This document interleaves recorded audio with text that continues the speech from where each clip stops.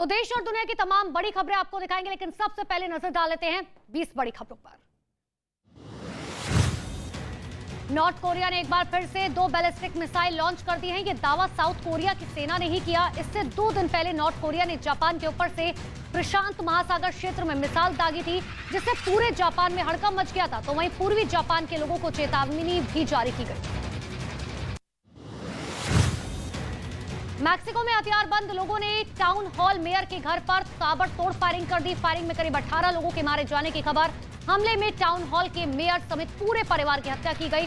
फिलहाल पुलिस ने मामले की जांच तेज कर दी है। फायरिंग की वजह पता लगाने की कोशिश की जा रही है। पश्चिमी अफ्रीका के माली में एक सैन्य विमान क्रैश हो गया, जिसमें एक पायलट की मौत हो गई। वीडियो में ये नजर आया कि कुछ दूर उड़ने के बाद विमान जमीन पर आ गिरा। गिरते ही आग की लपटों ने उस विमान को घेर लिया और जिसके बाद आसमान में काले धुएं का गुबार उठने लगा। बताया दरअसल ये किया गया कि जो विमान क्रैश हुआ वो सुखोई Su-25 है, जिसे इसी साल अगस्त में माली को रूस से मिला था।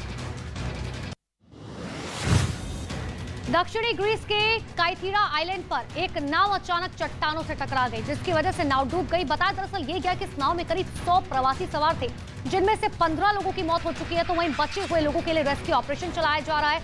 अधिकारियों का दरअसल ये कहना है कि कई लोगों को बचा लिया गया है, तो वहीं कई लोग अब भी लापता हैं। यूक्रेन युद्ध में बर्बरता की हदों को पार करने वाले चचन्ने कमांडर रमजान कादिरोव को पुतिन ने बड़ा इनाम दिया। पुतिन ने कादिरोव का प्रमोशन करते हुए उन्हें सेना की 4 स्टार रैंक से नवाजते हुए कर्नल जनरल बना दिया है। माना दरअसल ये जा रहा है कि कादिरोव के सहारे एक बार फिर से युद्ध में अपना दबदबा रूस कायम करना चाहते हैं। ईरान में जारी प्रदर्शन को हर तरफ से समर्थन मिल रहा है। हिजाब के खिलाफ महिलाएं सड़क पर उतर गई हैं।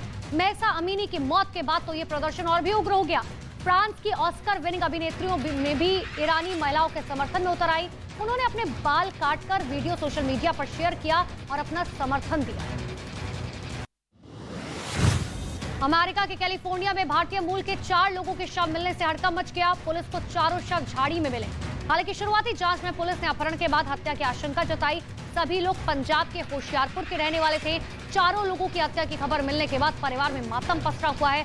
पीड़ित परिवार सरकार से इंसाफ की गुहार लगा रहा है। पंजाब के गुरदासपुर में बीएसएफ की पोस्ट के पास एक बार फिर से पाकिस्तानी ड्रोन देखा। बताया ये गया कि करीब 5 घंटे में 5 बार ड्रोन भारतीय सीमाओं का उल्लंघन कर सरहद में दिखाई दिया। जिसके बाद बीएसएफ जवानों ने 37 राउंड फायरिंग की और ड्रोन को वापस भेजा। इसके बाद से बीएसएफ पूरे इलाके को घेरकर सर्च ऑपरेशन चला रही है। केरल के पालक्काड़ में दर्दनाक सड़क हादसा हुआ, जहां KSRTC की बस दुर्घटनाग्रस्त हो गई, जिसमें 9 लोगों की मौत हो गई। 38 लोग इसमें गंभीर रूप से घायल हुए।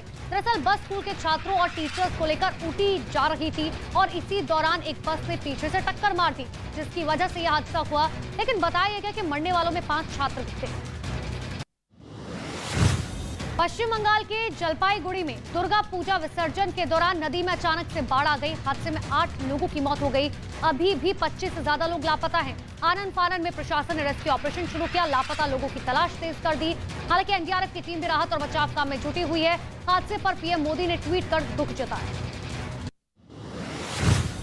हरियाणा के यमुनानगर और यूपी के मुजफ्फरनगर में रावण दहन के दौरान बड़ा हादसा होते होते बच गया। यमुनानगर में जलता हुआ रावण का पुतला भीड़ पर गिर गया। हालांकि जबकि मुजफ्फरनगर में रावण के पुतले में लगे पटाखे भीड़ के बीच जाकर फटने लगे। दोनों ही घटनाओं में किसी को कोई नुकसान नहीं पहुंचा, लेकिन हादसे की तस्वीर काफी भयानक है। आंध्र प्रदेश के कर्नूल में बनी उत्सव के दौरान हिंसक झड़प हो गई, जिसकी वजह से 50 से ज्यादा लोग घायल हो गए। घायलों में से 2 की हालत बेहद नाजुक है। इस समारोह में करीब 11 गांव के लोग शामिल होने आए थे और प्रथा के मुताबिक भगवान को ले जाने के लिए छीना झपटी करने लगे, जिसके बाद ये समारोह हिंसक हो गया और कई लोग घायल हुए। मध्य प्रदेश के मंदसौर में पत्थरबाजी भारी पड़ गई। गरबा कार्यक्रम के दौरान पथराव करने वाले 3 आरोपियों के घर को प्रशासन ने बुलडोजर से ध्वस्त कर दिया। इस दौरान वहां पर बड़ी संख्या में पुलिस बल की तैनाती की गई थी। लेकिन बताया ये जा रहा है कि रविवार को गरबा कार्यक्रम के दौरान पथराव किया गया था, जिसके बाद ये कार्रवाई की गई।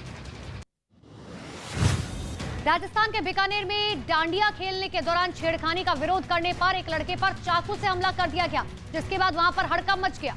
आरोप यह है कि डांडिया खेल रही लड़की से कुछ लड़के बदसलूकी कर रहे थे, जिसका वहां मौजूद लड़कों ने विरोध किया था। मामले में पुलिस ने 5 आरोपियों के खिलाफ केस दर्ज कर कार्रवाई शुरू कर दी।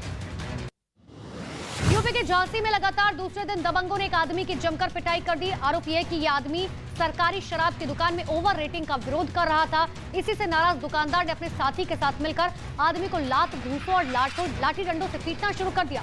फिलहाल पीड़ित ने पुलिस के आरोपियों के खिलाफ शिकायत दर्ज करवाई। यूपी के मथुरा में जमीन विवाद में दो पक्ष आपस में ही भिड़ गए। पुलिस की मौजूदगी में दोनों ओर से जमकर मारपीट की गई, जिसमें 10 से ज्यादा लोगों को चोटें आई हैं। हालांकि इस दौरान एक पुलिसकर्मी वीडियो रिकॉर्ड करता हुआ दिखाई दिया। बताया जा रहा है कि गांव में खाली पड़ी जमीन विवाद को लेकर कोर्ट में दोनों पक्षों के बीच केस चल रहा था, लेकिन कोर्ट के आदेश के बावजूद एक पक्ष जमीन में निर्माण कार्य कराने पहुंच गया, जिसकी वजह से ये विवाद शुरू हुआ।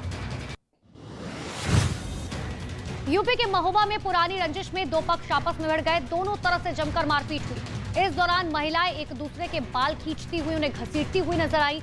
मारपीट का ये वीडियो सोशल मीडिया पर वायरल हो गया। दरअसल श्रीनगर थाना क्षेत्र के पिपरा माफ गांव में पुरानी रंजिश में काफी दिनों से दोनों पक्षों में विवाद चल रहा था। हालांकि इस मामले में अभी पुलिस कुछ भी बोलने से बच रही है।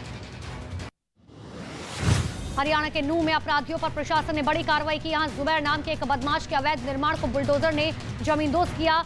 इस कार्रवाई से पहले बदमाश के मकान का सामान बाहर निकाला गया और फिर बुलडोजर से मकान के बाहरी हिस्से को तोड़ा गया। इस कार्रवाई के दौरान वहां प्रशासन के कई बड़े अधिकारी मौजूद रहे। पुलिस ने आरोपी के ऊपर हत्या समेत कई मुकदमे दर्ज किए हैं।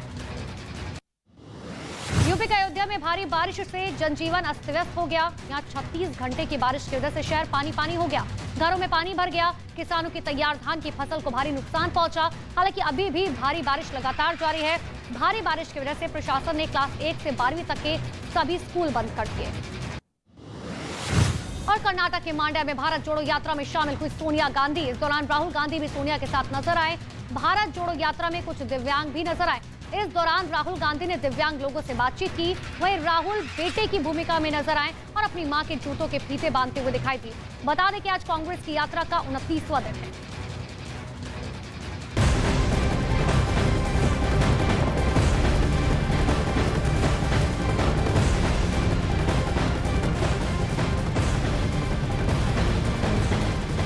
तो बड़ी खबर आपको बता दें, अंबानी परिवार को धमकी मिली है और इसी से जुड़ी ये बड़ी खबर। अंबानी परिवार को धमकी देने वाला शख्स गिरफ्तार भी कर लिया गया है। मुंबई पुलिस ने आरोपी को बिहार के दरभंगा से गिरफ्तार किया है और जिस मोबाइल फोन से ये धमकी भरा कॉल किया गया था, उसे फिलहाल बरामद कर लिया गया है। धमकी देने वाले का नाम राकेश कुमार मिश्र बताया जा रहा है। तो बड़ी खबर आपको बता दें, दरअसल अंबानी परिवार को धमकी दी गई, किस तरीके से, उसके बाद सुरक्षा को बढ़ा दिया गया था। हालांकि तब से ही मुंबई की पुलिस लगातार उस व्यक्ति को गिरफ्तार करने की कोशिशों में जुटी थी। और मेरे सहयोगी चंद्रमोहन इस वक्त फोन लाइन पर मौजूद है।